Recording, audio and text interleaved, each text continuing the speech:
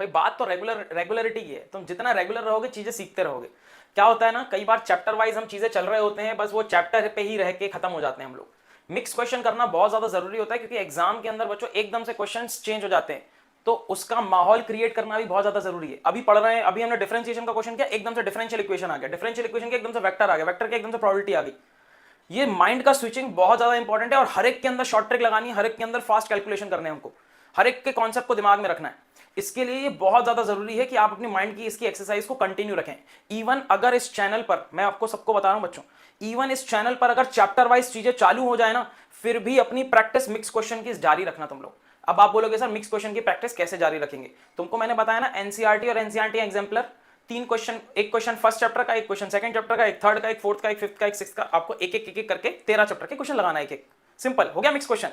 अब आपको लग रहा है आपके पास ज्यादा टाइम बच रहा है और आप फास्ट कर पा रहे हो, तो अब इसको दो दो कर लो, 2 फर्स्ट चैप्टर के, 2 सेकंड चैप्टर के, 2 थर्ड, 2 फोर्थ, 2 फिफ्थ, डिंग डिंग डिंग डिंग डिंग डिंग डिंग डिंग, इस तरह से चलना है। तो क्लैरिटी है माइंड में। डे 1 से आपको आज से आदत डलवा रहा हूं, अगले 15 10 15 20 दिन, जितने दिन ये सीरीज चलेगी हमारी मॉक टेस्ट की, ठीक है, आपको मिक्स क्वेश्चंस की आदत डलवा दूंगा। ये आदत छूटनी नहीं चाहिए। इसके बाद भी आप प्रैक्टिस मिक्स क्वेश्चन में ही करेंगे। समझ में आ रही है बात? चैप्टर वाइज चीजें चालू हो चाहे नहीं हो, आपको प्रैक्टिस हमेशा मिक्स में ही करनी है। सिंगल प्रैक्टिस अब मत करना, क्योंकि आपने जितनी सिंगल प्रैक्टिस करनी थी करके रह गए। ऐसे में आपके रेगुलर सारे चैप्टर्स होते जाएंगे, रोज कुछ ना कुछ सीखते जाओगे। जो नई चीज सीखो उसको नोट्स में लिख लेना। नोट्स मैंने आपको बताया था बच्चों, नोट्स मैंने बताए थे, जो फोटोकॉपी वाले पन्ने होते हैं ना वो ले लेना, ताकि आपको बार बार जो है कॉपी, जो फोटोकॉपी वाले पेपर्स होते हैं उसको उठा लेना। कॉपी में क्या होता है कि अब आपने कितने पेज छोड़ने हैं एक्स्ट्रा नोट्स के लिए या कितना, उसका थोड़ा सा उलझन हो जाता है। इसके अंदर आप आराम से जो है नोट्स बना सकते हो, कितने भी पन्ने ऐड कर सकते हो किसी भी चैप्टर के लिए। तो सबसे पहला काम तो आपको नोट्स का ये करना है कि हर चैप्टर के जो जो फॉर्मुलाज हैं वो तो लिख ही लेना है। जैसे फर्स्ट चैप्टर के अंदर भाई जितनी डेफिनेशन है, डेफिनेशन मतलब कि आपको पता है कि भाई क्या कहते हैं, स्वतुल्य किसको बोलते हैं, रिफ्लेक्सिव रिलेशन किसको बोलते हैं, उसका एक एग्जाम्पल लिख लिया। फिर इसके बाद सममित किसको बोलते हैं, सिमेट्रिक किसको बोलते हैं, उसका एक एग्जाम्पल लिख लिया। ऐसी 4-5 रूल्स हैं, उसको लिख लेना है। फंक्शंस आ जाते हैं, फंक्शन किसको बोलते हैं, एग्जांपल लिख दिया एक। उसकी परिसर और क्या कहते हैं प्रांत कैसे निकालते हैं, डोमेन और रेंज कैसे निकालते हैं, उसका क्या एग्जांपल लिख लिया आपने।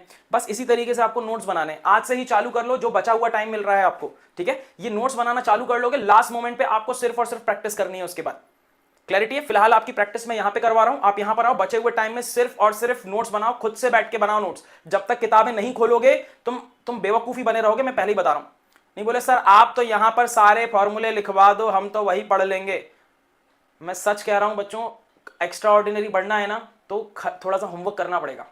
समझ रहे हो मेरी बात? होमवर्क करना अच्छी बात होती है, इसको बोझ की तरह मत लो। आगे जाके जब तुम किसी बड़ी पोस्ट पे जाओगे ना, तो तुम्हारी मीटिंग्स होंगी, तुम्हारे बड़ी बड़ी चीजें होंगी, मतलब जहां पर तुम्हें प्रेजेंट करना पड़ेगा, अपने आप को प्रेजेंटेबल होना पड़ेगा, और वहां पर तुमको घर पे होमवर्क करना पड़ेगा। उसके लिए हो सकता है रात भर जगना पड़े, हो सकता है सुबह जल्दी उठना पड़े। समझ रहे हो मेरी बात? तब जाकर वो बड़ी सक्सेस आपके हाथ में आती है, तब होती है बड़ी बातचीत इंडस्ट्री के लोगों से। समझ गए ना? तब पिक्चर दिखा पाओगे तुम। बाकी तो फिर क्या ही कर सकते हैं, हाथ में परोस के देंगे तो फिर वही सीन है। मोटापे के शिकार हो गए, मोटी बुद्धि के शिकार हो गए। अगर हाथ में परोस के ज्ञान दिया, हाथ में परोस के खाना दिया, तो मोटी चर्बी के शिकार हो गए। सिंपल है ना? होमवर्क करना सीखो, और बता भी रहा हूं क्या होमवर्क करना है। अगर ये बात पता चल चुकी है तो आज से ही चालू कर दो। रेगुलर रहो क्लास के अंदर प्रैक्टिस सेशन के लिए, ताकि पता चले कि क्या क्या होमवर्क करना पड़ेगा मुझे। क्वेश्चन में बोला जा रहा है कि अवकल समीकरण की कोटि